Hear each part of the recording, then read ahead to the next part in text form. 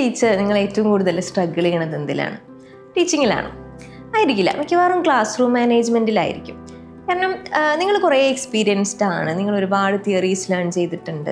പക്ഷേ എന്നിരുന്നാലും ഇന്നത്തെ ഒരു ക്ലാസ് റൂമിൽ പോകുന്ന സമയത്ത് നമുക്ക് കുറച്ച് ഡിഫിക്കൽട്ടാണ് നമ്മൾ കുട്ടികളെ മാനേജ് ചെയ്യാൻ. അതായത് അവരെ പിടിച്ചിരുത്തി അവർക്ക് ഇൻട്രസ്റ്റിംഗ് ആയിട്ടുള്ള കാര്യങ്ങൾ ചെയ്യുക, ഈ കാര്യങ്ങളൊക്കെ ഭയങ്കര ബുദ്ധിമുട്ടാണ്. പക്ഷേ നമ്മളും ഇതുപോലെ പഠിച്ചു വന്നതാണ്, നമുക്കും ഒരുപാട് ഇൻട്രസ്റ്റിംഗ് ആക്ടിവിറ്റീസ് ഉണ്ടായിട്ടുണ്ട്, നമുക്കും ടീച്ചേഴ്സ് ഉണ്ടായിട്ടുണ്ട്. പക്ഷേ അതിൽ നിന്നും എത്രയോ ഡിഫറെൻ്റാണ് ഇന്നത്തെ ജനറേഷൻ. പക്ഷെ നമുക്ക് എന്തുകൊണ്ടാണ് ഇത്രയും നോളജ് ഉണ്ടായിട്ടും ഈ ഒരു സംഗതിയിൽ, ഈ ഒരു മാനേജ്മെൻറ്റിൽ ഫെയിലിയർ വരുന്നത് എന്നുള്ളിടത്താണ് നമ്മുടെ പ്രശ്നം. അപ്പോൾ നമ്മളെപ്പോഴും ഒരു ട്രഡീഷണൽ മെത്തേഡ് ഓഫ് ടീച്ചിങ് അല്ലെങ്കിൽ ടീച്ചിങ് ലേണിംഗ് പ്രൊസീജിയേഴ്സ് അല്ലെങ്കിൽ ആക്ടിവിറ്റീസ് ഒക്കെ യൂസ് ചെയ്യുന്നതാണ് ഇതിൽ ഏറ്റവും വലിയ ഫെയിലിയർ എന്നാണ് പറയാം. കാരണം നമ്മൾ പഠിച്ചതും നമ്മളെ പഠിപ്പിച്ചതും ഒരു ജനറേഷനാണ്, പക്ഷെ നമ്മളിപ്പോൾ ഡീൽ ചെയ്യുന്നത് വളരെ ഡിഫറെൻ്റ് ആയിട്ടുള്ള വേറൊരു ജനറേഷനെ ആണ്.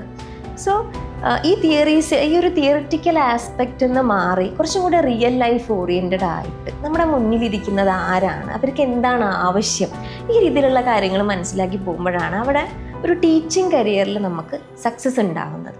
സോ ആസ് എ ടീച്ചർ നമ്മുടെ സ്റ്റുഡൻസിൻ്റെ അൺമെറ്റ് നീഡ്സ് എന്തൊക്കെയാണ് എന്നുള്ളത് മനസ്സിലാക്കുകയും അതിനെ മീറ്റ് ചെയ്യാൻ കൂടെ നിന്ന് സഹായിക്കുക എന്നുള്ളതാണ് ഒരു ടീച്ചറിൻ്റെ ഉത്തരവാദിത്വം എന്ന് പറയുന്നത്. അല്ലാതെ നമ്മളൊരു എന്താ പറയുക, ഒരു ഗൈഡ് എന്നുള്ളതിനപ്പുറത്തേക്ക് അല്ലെങ്കിൽ ഒരു ഭയങ്കര ഫോർമലായിട്ടുള്ള ഒരു ഇൻസ്ട്രക്ടർ എന്നുള്ളതിനപ്പുറത്തേക്ക് നമ്മളൊരു ഗുഡ് ഫെസിലിറ്റേറ്റർ ആവുക, ഒരു ഗുഡ് സപ്പോർട്ടർ ആവുക എന്നുള്ളതാണ്. അപ്പോൾ ഇതിന് നമുക്ക് നമ്മുടെ കുട്ടികളുടെ സൈക്കോളജിക്കൽ ആസ്പെക്ട്സ് മനസ്സിലാവണം, അവരുടെ നീഡ്സ്, അവരുടെ ഇൻട്രസ്റ്റ് എന്താണ്, അവർക്ക് എന്താണ് ആവശ്യം എന്നുള്ളത് മനസ്സിലാവണം.